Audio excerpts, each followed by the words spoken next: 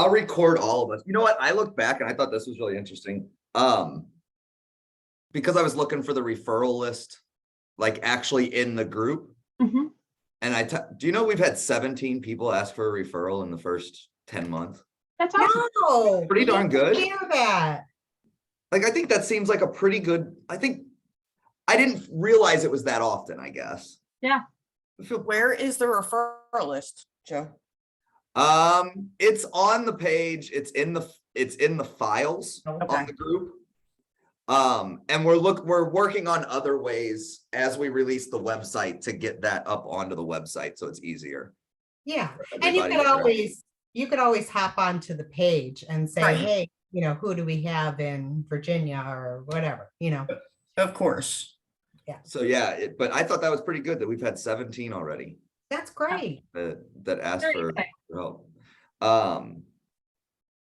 What else were we saying? Joe, you really won't pose for my calendar idea? I really won't pose for your calendar. Thank you. That made me Yeah. laugh.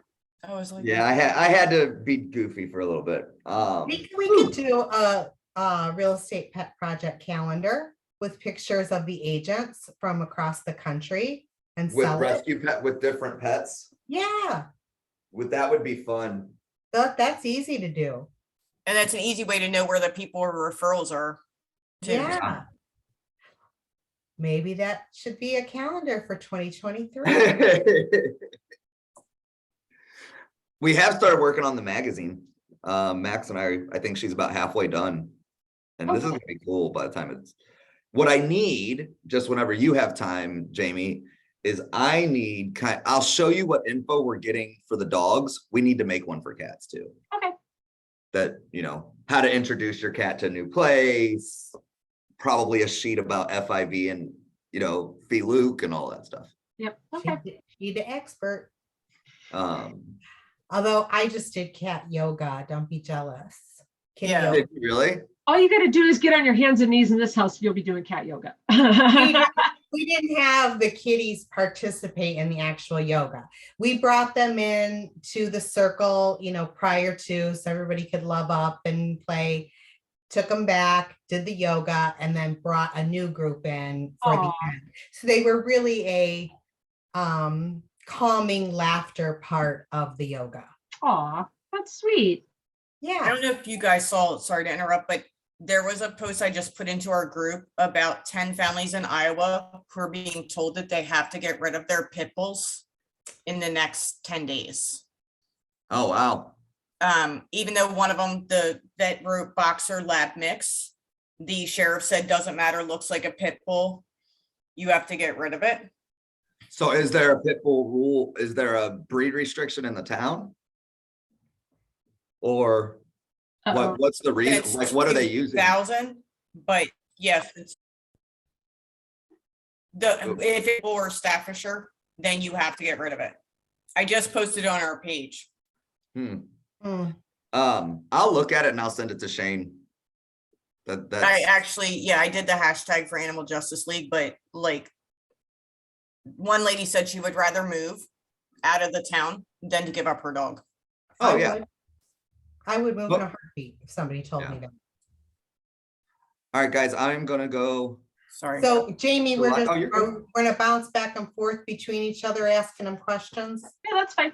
Okay, Whatever cool. questions you guys want, I will. We're on the fly. Got it. Ooh, and we got the fancy 4 thing. When more people come on, then you only get one person in the big screen. So, well, hi guys. We're live. Hello. Happy Friday. Does that mean anything in real estate? No. I'm kind of taken off this weekend, so counts for me. There you go. Where are you going? Are you going somewhere or just staying home? No, my husband has off work, so we're just doing a staycation. We might go do a little rafting down the river, Nice. go on some bike rides, that kind of thing. Fun.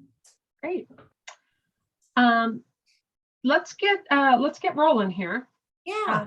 Let me kick us off.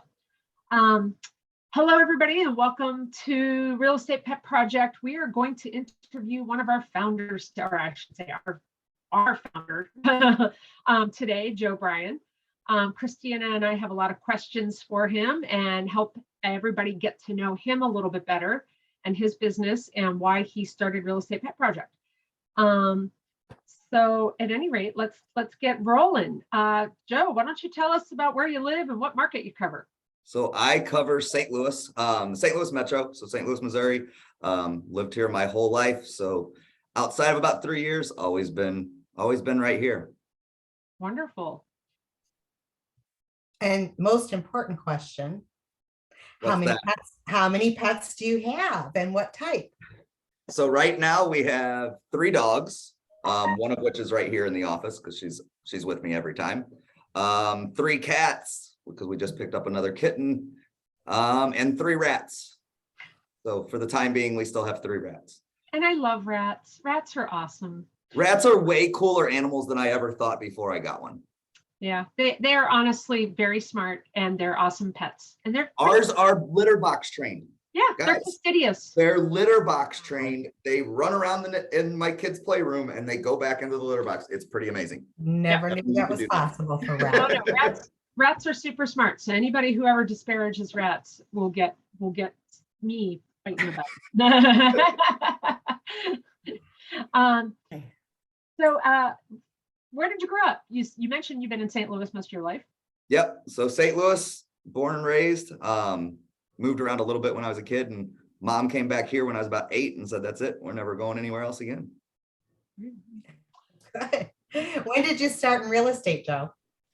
I started in real estate in 17 is when I got my license, started really working in it about 8 months later. So what is that? Going on 6 years? Going on 6 years. So really still a newbie. Still a newbie, yeah. Still learning things every day for sure. Although statistically, right, you have outlasted most people, right? What's the statistic? There's an 80% dropout rate in year 1 and another 10% in year 2. So, you know. And then I think it's 97 or something by year 5, right? Yeah. Really? Yeah. Wow. Like that. Yeah. So anyhow, let's talk about what brought you into real estate. You got your license. Why did you do that? Why did you decide to go into real estate?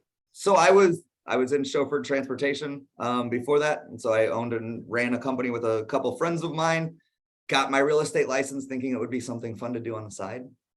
Did not realize that it would end up taking me to where it has. But within about 6 months, I realized that it was the better use of my time. So, yeah, been full time since the beginning of 18. That's wonderful. Wow. What is your favorite thing about real estate? Ooh, so I'm a marketing junkie, and I was in my other business. I sold marketing even before, sold advertising before I was even in chauffeur transportation. So I love that stuff. I love the tech side. I just like there's always something to learn. That's the best part about real estate. You're never an expert in real estate. You can be an expert in one piece. You're never an expert in real estate. No. Yeah. I always say that in order to be successful in real estate, you have to be committed to lifelong learning. Absolutely. Yep. And yeah, so if you're not doing that, you're not going to do well. And what do you struggle the most with? Ooh, time blocking is probably my biggest. You know, I mean, you guys have dealt with me enough now. You know, I get a little scatterbrained. I always have ideas, and luckily now I have Maxine that actually reins in those ideas. But yeah, so my thing is keeping on task. How's that? Yes, we have to focus, Joe. We have to focus. One of my friends told me I need to get a box that just says Joe's ideas, and once I put them in there, I'm only allowed to work on one at a time. Yep. So I can put as many in as I want, but I can only pull out one at a time. Which is a great plan. That's a good, thing for, I think, all of us. So tell us about an idea that you may have had for an event for your business that helps support your rescue. So we've done quite a few from, last year we did our guest bartender. So that was fun. So what we did was we teamed with the bar. I think we had 7 agents from the office that all got involved. We all guest bartended for an hour at 2 different outside stations. And then all of the tip money and whatever they made went to the bar. And then of course the bar, people were ordering food and doing all that. And then we did baskets and a number of other things. And then we do one every year out. The rescue we work with is kind of its own farm. And so we do one out there so we can show off big animals and fun stuff. What is the name of the rescue, Joe? We work with No Time to Spare. So it's out in Warrenton, Missouri. It's on about 8 acres. And so it's primarily dogs. At any given time, we'll have 30 to 50 dogs. But then we also have a couple cows, a couple horses that are retired. So one's a retired polo horse, a couple retired trail horses.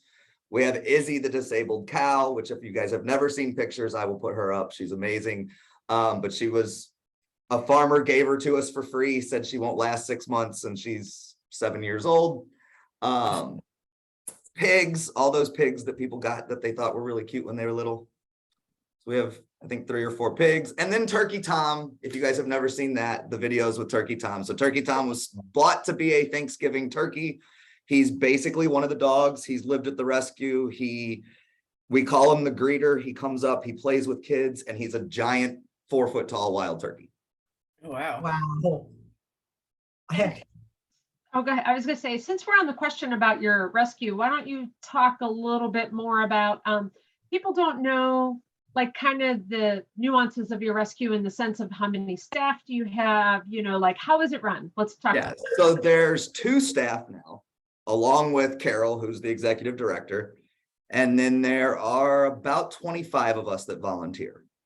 So I help out with the marketing side. I help out with their social media. And then we have, everybody kind of comes together when we just took in 22 from a hoarding case. Gosh, earlier this week, 28 last week.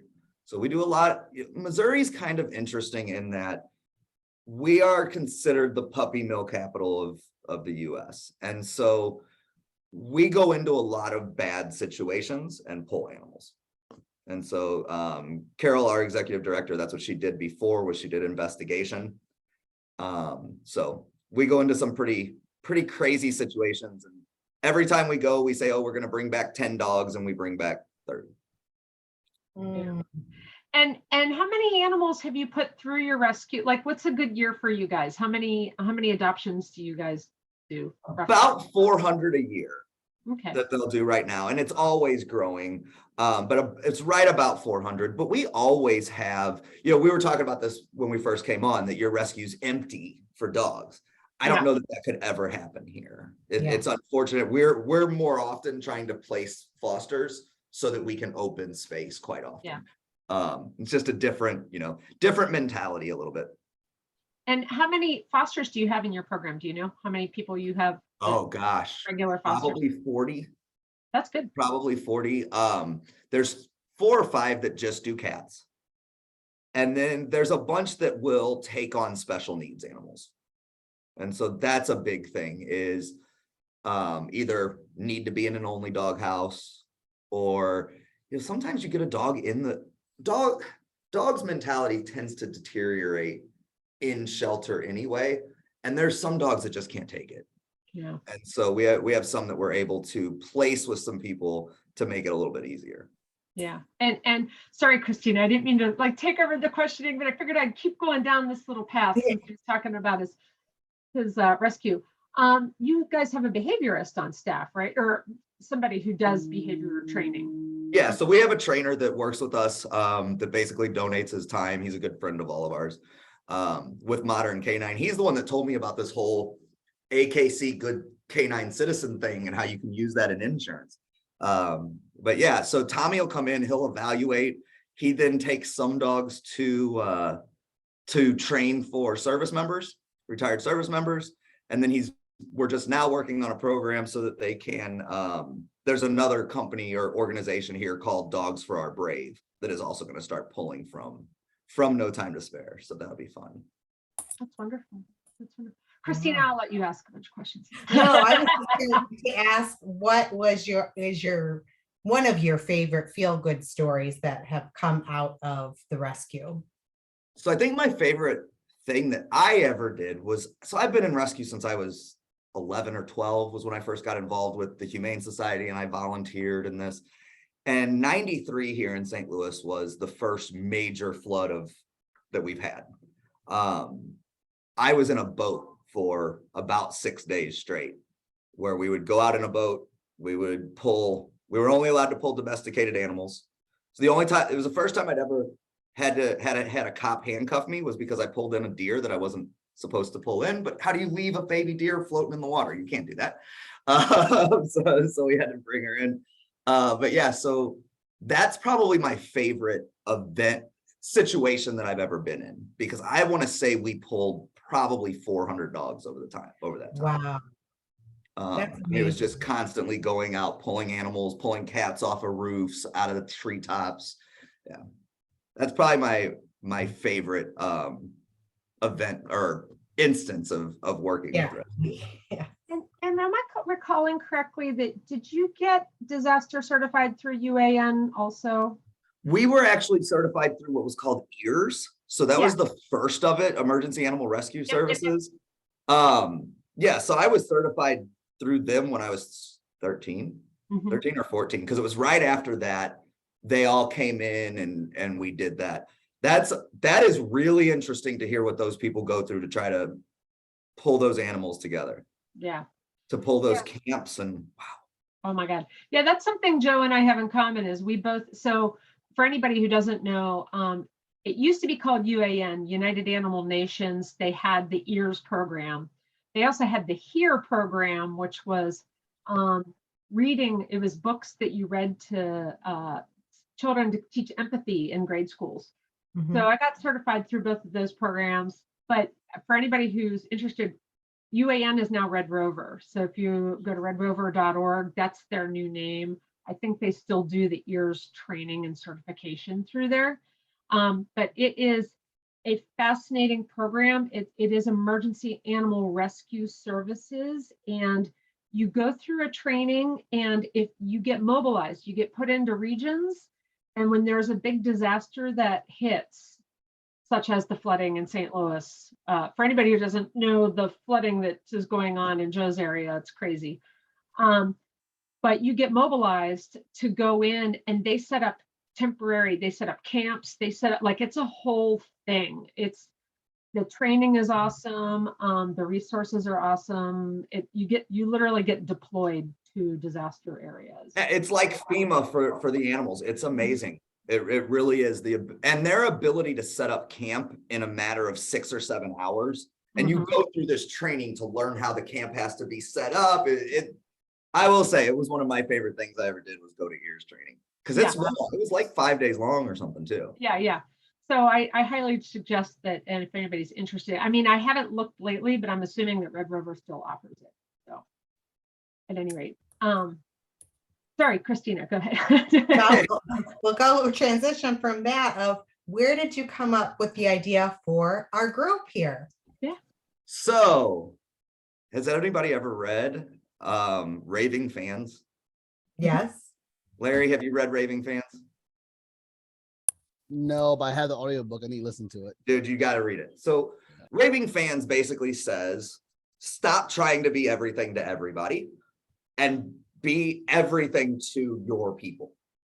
And so we started looking at, what are our people? Well, our people are rescue folks.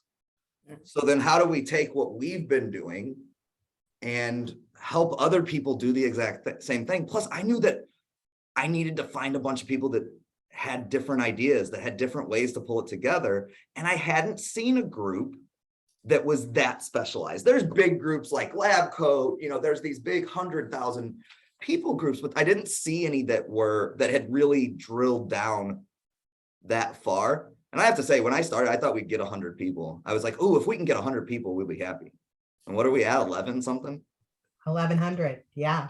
And we've done that. So just so everybody knows, we've only 5 times have we ever really went out and invited people to the group. 5 times we've posted to bigger groups to say, hey, does anybody want to join?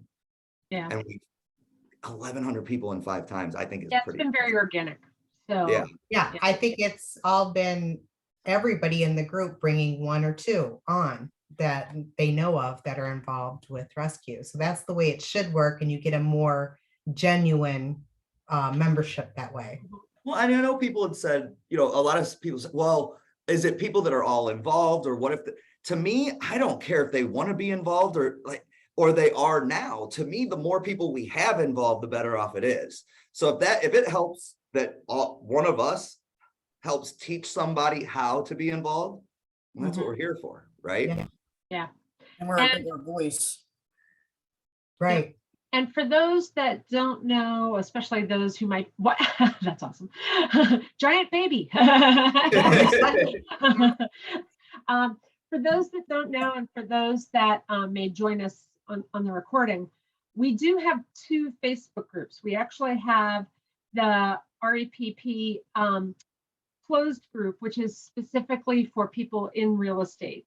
And then we have a public side. So if you have friends, family members, community members that you think would benefit from being on the public group, please invite them. That's open to anybody. You don't have to be a real estate. Yeah, and that's just going to be some great content of information about And just fun sharing stuff.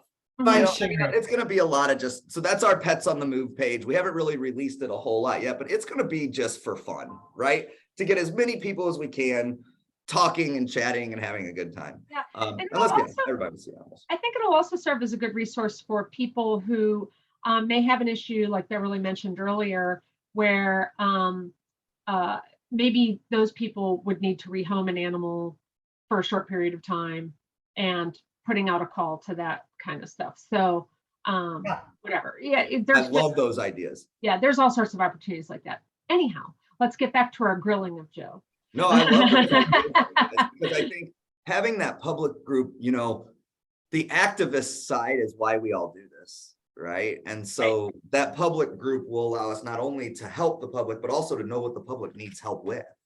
Yeah.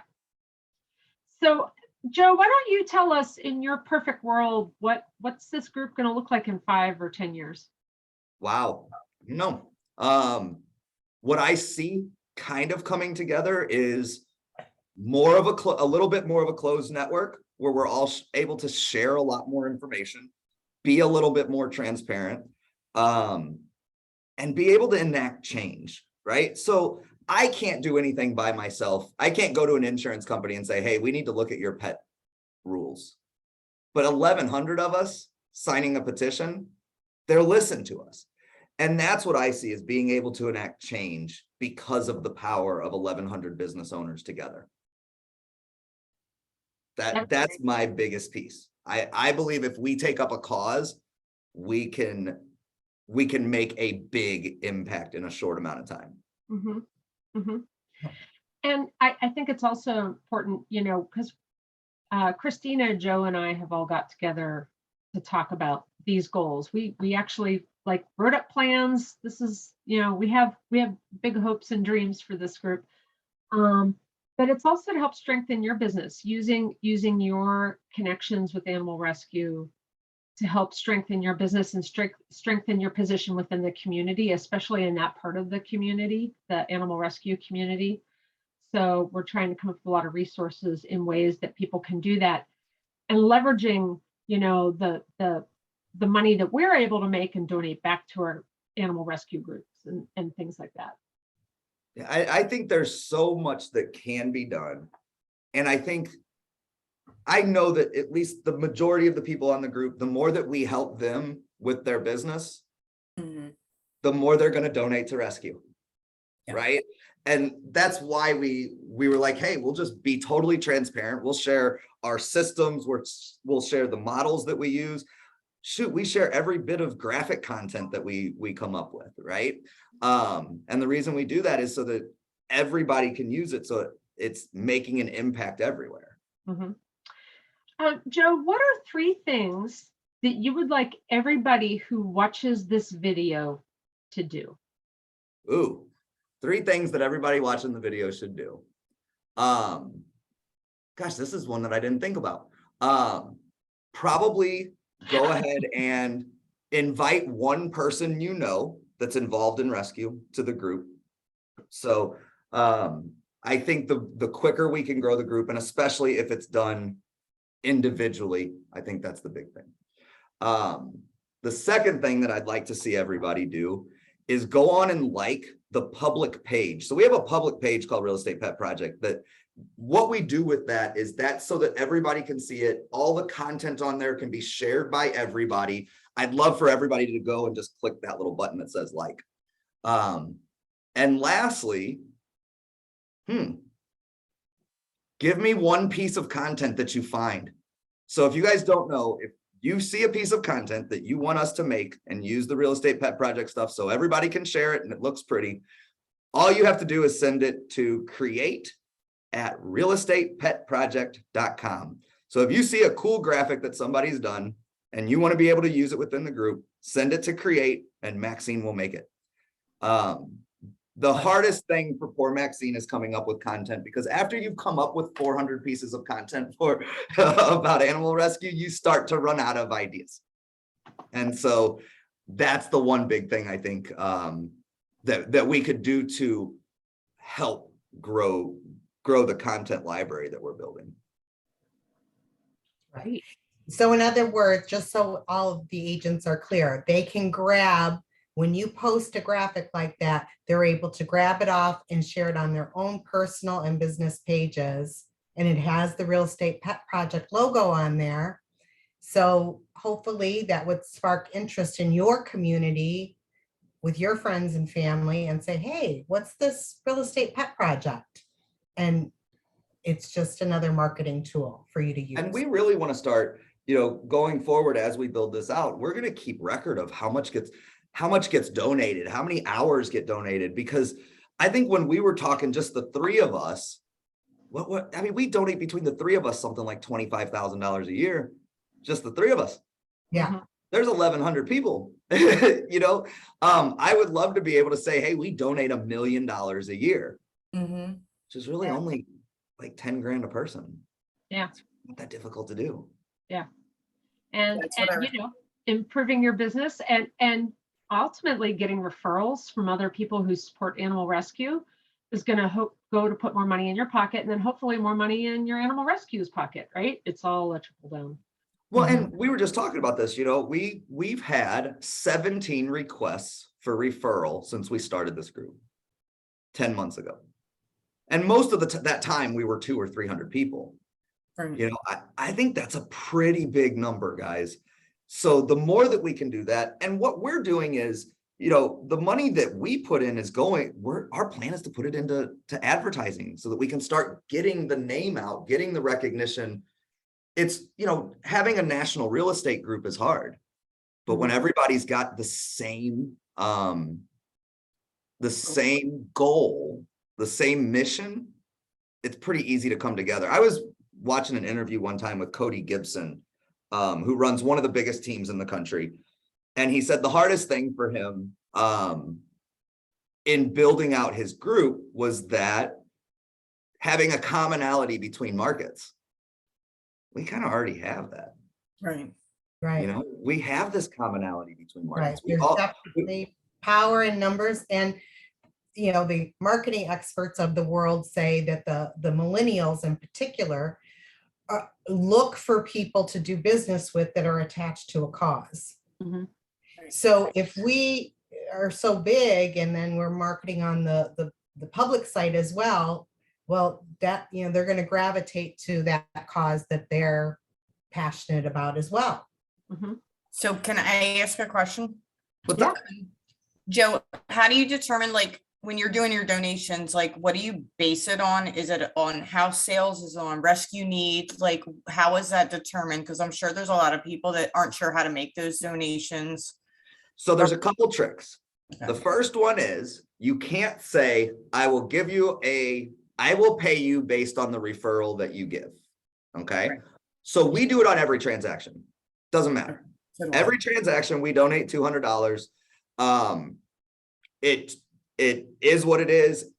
We will, if they have a different animal charity that they want to donate to, we will. Otherwise it goes to No Time to Spare. they get a little card afterwards from No Time to Spare saying, hey, thanks for the donation. We appreciate you.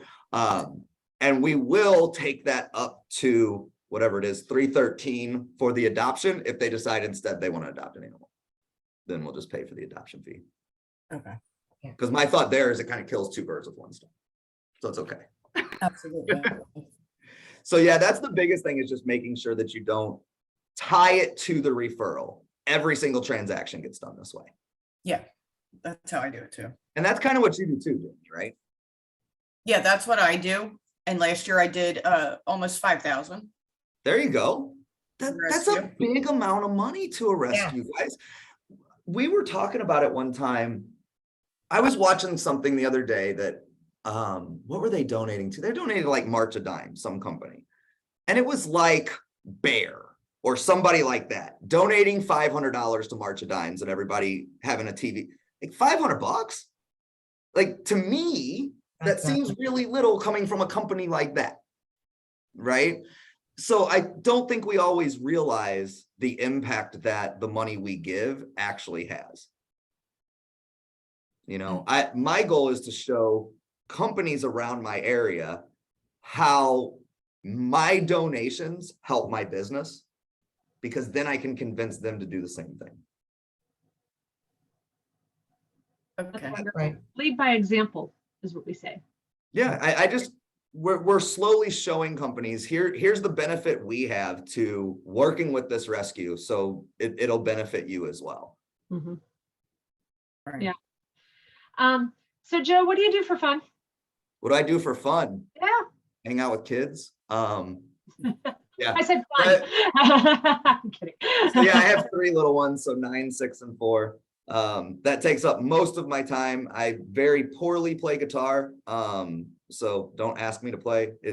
I'm horrible, but it's something I do for fun. And then I do like the rivers. So in Missouri, we have a lot of really cool rivers. So I enjoy, like Chris, we were talking about, you were going to go float this weekend. Yep. We have some really pretty spring-fed rivers in southern Missouri. Yeah, we don't have as pretty as rivers as you do. I will probably be gasping at the garbage that's. Yeah, you get far enough south in Missouri, and that's what I like about Missouri, is most people don't know it's there. You know, most people have no clue that the current river you can drink from. Most people don't know that, but it's a great, Yeah. It's also always 43 degrees. Mm, So all year long, it is Chilly. ice cold, Yeah. which is nice. When it's 100 degrees, you get a little bit of cool off the water. Keeps your beer cold. There you go. Only I'm not a drinker, which I know nobody believes, but I'm not. And I guess I could wrap up this interview. You're in real estate and you don't drink. I know, I'm one of the few. My favorite question of always is, what's your walk-on song? Ooh, what's my walk-on song? If you were a professional athlete and you If were I was a- walking onto this field, what would your walk-on song be? It's Or probably Gary Keller, because walk this is on. my son's favorite songs right now. This is what I have to listen to on the way to hockey, is the Rough Riders anthem from DMX. Okay. Because that's their song right now. And every time we get in the car, it's stop, drop, shut them down, open up, shut. That's perfect. Always, Dad, we got to hear the stop, drop song. All right, man. Is there anything you would like to leave with the viewers of this interview? No, I just appreciate you guys all being a part of the group. It's been really cool to see the amount of information that gets shared, the transparency from everybody to say, hey, here's something that's working for me. Here's something that's not working for me. How can I fix it? And I think the more that we can do that for each other, the better off we're all going to be. And I really appreciate it, because I did not think, like I said, when we first started this, that it was going to be what it's become already. And I think it's got a huge future. And the last thing is, I want to thank Chris and Jamie for taking on this adventure with me. You know, when we first met, you know, you meet people and you go, okay, that's my people. And that was kind of from the very beginning. These were my people. And so I appreciate you guys taking on this kind of This crazy idea that Joe came up with, which you're gonna find there's a whole lot more of them. They go in a box, one at a time, One at a time, I know.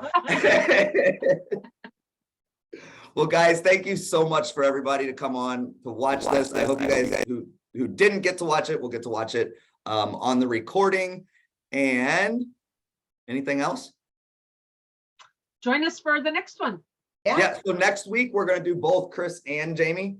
So one will be, I think, on Monday or Tuesday. I don't think I scheduled it yet. Before we release kind of our big coming out party, so to speak, because we've got some really big things we've been working on over the last couple of months that I believe are going to change the way we all do business, but also make everybody outside of our group go, wow, what are those people doing? Mhm. You know, so thank you guys so much. Have a really good weekend if you get one of those, because I know it's real estate, so most of us don't. But if you get one of those, have a good weekend. And otherwise, as always, have your pet spayed and neutered. Thanks, Bob guys. Barker. Bye. Bye. Bye.